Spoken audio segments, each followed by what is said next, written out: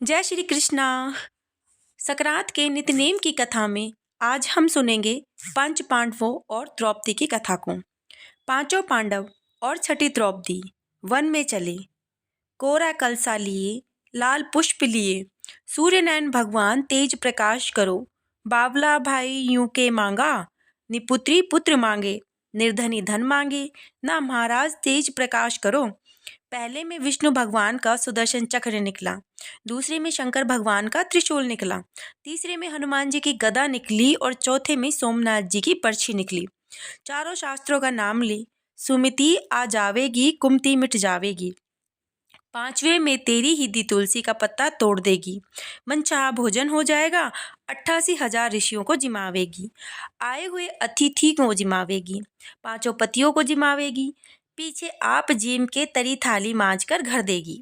अच्छी बात है भगवान, मैं तो ये ही नेम लूंगी। द्रौपदी रानी सुधिया उठती है, नहाती धोती पूजा पाठ करती, चूल्हे पर तरी चढ़ा देती है, 88,000 ऋषियों को जिमाती हैं, आए अतिथियों को जिमाती हैं, पांचों पतियों को जिमाती हैं, पीछे आप जीम के तरी मांज के धर देती हैं। दुर्योधन को इस बात का पता चल गया। जल्लू बल्लू करे, काहे का श्राप दूं। इतने में दुर्वासा ऋषि आए। आओ महाराज, 4 मास का चौमासा करो, मीठा भोजन घाला, चोखी सेवा करी। दुर्योधन, मैं तेरे पर बहुत प्रसन्न हूँ, मांग ले क्या मांगना है। ना महाराज, थारी दया के ठाट बाट से सब कुछ है। गर्व गया, भाई बहुत गर्व आया, कुछ तो मांग। मेरे भाई की स्त्री वन में रहवे, 88 ऋषियों को जिमावे, आए अतिथियों को जिमावे, 5 पतियों को जिमावे, पीछे आप जी में उसके पुण्य का छेद करके आओ। जा पापी हत्यारे, तेरे घर का अन्न खा लिया, जाना पड़ेगा। द्रौपदी रानी सुबह उठी, नहाई धोई, 88,000 ऋषियों को जिमाया, उसके बाद अतिथियों को जिमाया, 5 पतियों को जिमाया, पीछे आप जीम कर तरी मांज कर धर दी। इतने में दुर्वासा ऋषि ने खड़े नांद बजा दिए। पांचों पांडव खड़े सूख गए। द्रौपदी, तू जीम ली क्या? हाँ महाराज, मैं तो जीम ली। अपने अंगना में क्रोधी महाराज दुर्वासा ऋषि 88,000 ऋषियों को लेकर आए हैं। अपने तो कुल का नाश करेंगे, अब श्राप देंगे। अपने कुल का क्यों नाश करेंगे, हम लोगों को क्यों श्राप देंगे। श्री कृष्ण भगवान सहायता करेंगे, उनसे कहो गंगा घाट स्नान करके आए, हम रसोई तैयार करते हैं। पांचों पांडव, छठी द्रौपदी रटना लगा ली, हरे कृष्णा हरे कृष्णा। द्वारका के वासी, वैकुंठ के वासी, मारी लाज राखो, मारी लाज थारे हाथ है। रुक्मणी जीवावे थी, भगवान जी में थे, जीमते जीमते भगवान खड़े हो गए। रुक्मणी बोली, भगवान मेरी सेवा में कोई चूक रह गई कि नहाता मांजो सूता मांजो, आज जिमता ही भाज लिया। ना रानी, तेरी सेवा में कोई चूक ना रही, मैं तो अपने भक्तों में बस में हूँ। मेरा भक्त बहुत दुखी है, बैकुंठ में धाओ तो बैकुंठ, काशी में धाओ तो काशी, घर में धाओ तो साक्षात मैं वहीं खड़ा हूँ। आकर बोले, अरे द्रौपदी ने याद किया है, आज तो मैं भूखा हूँ, भूखा भूखे कोने में लेने आया हूँ, मेरे घर में अन्न का दाना कोनी। ए बावली, तेरा नाम ले ले, सर्व सुख हो जाएगा, सातों पीढ़ी धन कीनी निमड़े, कुछ हुआ ही होगा, बता। द्रौपदी बोली, दुर्वासा ऋषि 88,000 ऋषियों को लेकर मेरे अंगना आए हैं, ला तेरी तरी ला, मेरा सत्कार कर, तरी को मैंने मांज कर रख दिया है, ऐसा द्रौपदी ने कहा। तो तू ला तो सही, श्री कृष्ण बोले। द्रौपदी रानी तरी लेकर आई तो भगवान ने देखा तुलसी का पत्ता उसे चिपका हुआ है। भगवान ने बाएं हाथ से निकाल के दाएं हाथ में रखे मुखारविंद में रखा। दुर्वासा ऋषि और 88,000 ऋषियों का पेट भर गया। कोई उल्टी ले, कोई डकार ले, कोई अंगाड़ो मांजे, कोई पिछाड़ो भाजे। इतने में युधिष्ठिर भगवान बुलाए, चलो महाराज रसोई तैयार है, जीम लो। तो वो बोले, हम तो जीम लिए जब त्रिलोकी धाप गए, मारी के हैं थारी, जे हो बोरियां, खे खे किसी की भी ना करो, सबकी जय हो। जैसे द्रौपदी सती पांचों पांडवों की लाज रखी, वैसे ही सबकी लाज रखना। ऐसा कहते हुए कहते हैं कि जो ये कहानी सुनता है उसके सारे मनोरथ पूर्ण करना। हे श्री हरि, सुनते की हुकारा भरते की, सबके मनोरथ पूर्ण करना।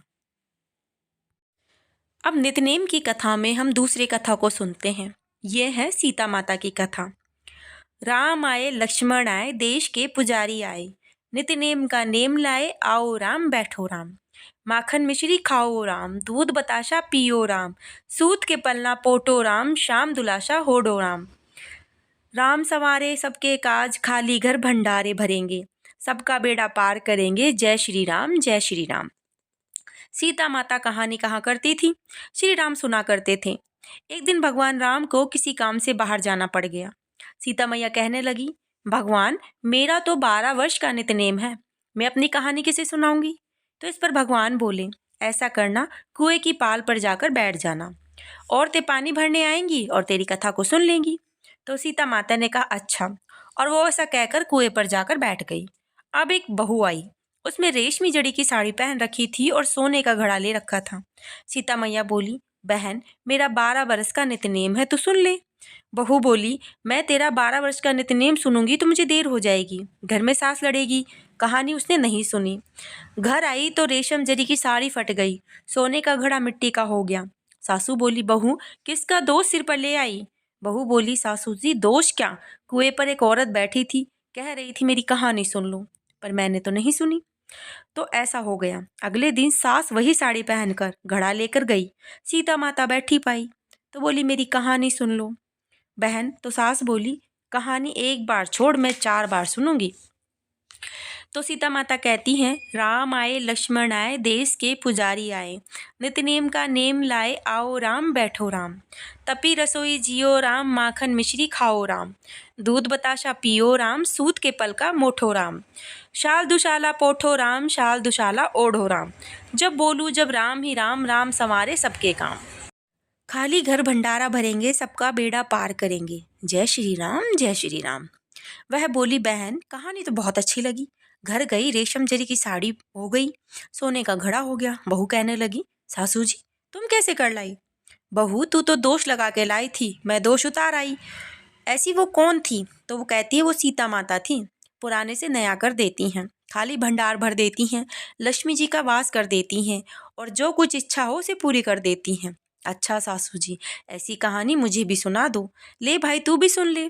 फिर उन्होंने कहना आरंभ किया, राम आए लक्ष्मण आए, देश के पुजारी आए। बहू कहने लगी, सासू जी, कहानी तो बहुत अच्छी है। सासू बोली, बहू, रोज कह लिया करेंगे। अब सासू बहू नहाती, पूजा पाठ करती और नित्यनेम की सीता माता की कहानी कहती। एक दिन उसकी पड़ोसन आई, बहन जरा आँच दे दे। वह कहने लगी, अभी हम आँच नहीं जलाएंगे। वह बोली, तुम 4 बजे से उठकर क्या कर रही हो? बोली, हम नहाए धोए, पूजा पाठ करी और हमने सीता माता की नित्यनेम की कथा करी। वो बोली, इससे क्या होता है? तो बोली, सीता माता की कहानी कहने से अटूट भंडार भरते हैं, सारे कार्य सिद्ध होते हैं। पड़ोसन बोली, बहन, ऐसी कहानी तो मुझे भी सुना दो। तो वह बोली, ले भाई, तू भी सुन ले।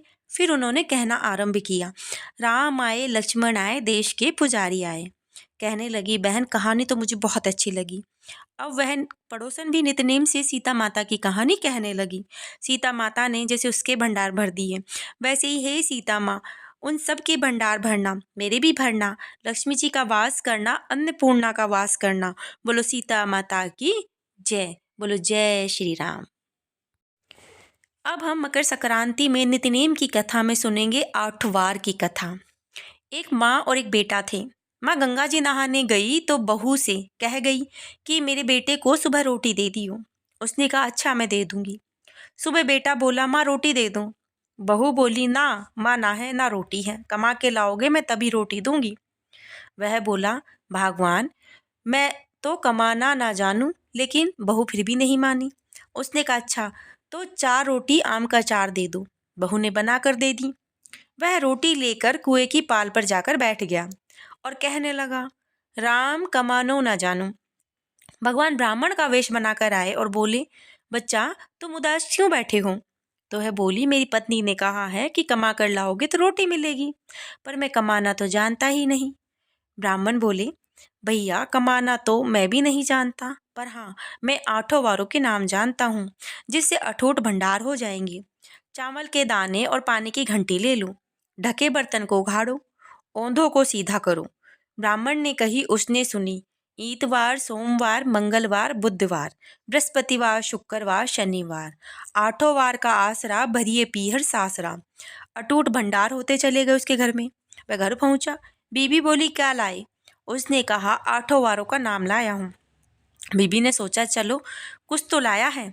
चावल के दाने और पानी की घंटी ले आ। उसने अपनी पत्नी से कहा, औंधों को सीधा, ढकों को उघाड़ो। उसने सुनी। इतवार, सोमवार, मंगलवार, बुधवार, बृहस्पतिवार, शुक्रवार, शनिवार, 8 वारों का आसरा, भरिए पियर सासरा। भंडार अटूट होते चले गए। वह बहू से बोला, मैं बेटी के घर जा रहा हूँ। फटे से कपड़े पहनकर वो बेटी के घर गया तो बच्चे बोले, नाना आए हैं, नाना आए हैं। बेटी बोली, कैसा भेष में आए हो? बच्चे बोले, मेले भेष में आए हैं नाना जी। आए क्या हैं? 2 दिन की रोटी तोड़ने आए हैं, बेटी ने कहा। तो बोले, सच है, गरीबी में सब कुछ कहलवा देती है। तो बेटी से कहा, बेटी 8 वार की मेरी कहानी सुन ले। उसने कहा, पिताजी मेरा मुंह झूठा है। उसके पिता भूखे ही सो गए। अगले दिन बेटी को तरस आया, पिताजी पिताजी अपनी कहानी सुनाओ। तो पिताजी ने कहा, चावल के दाने लाओ, पानी की घंटी लाओ, ढकों को उघाड़ो, औंधों को सीधा करो। पिताजी ने कही, बेटी ने सुनी। इतवार, मंगलवार, बुधवार, बृहस्पतिवार, शुक्रवार, 8 वार की कथा।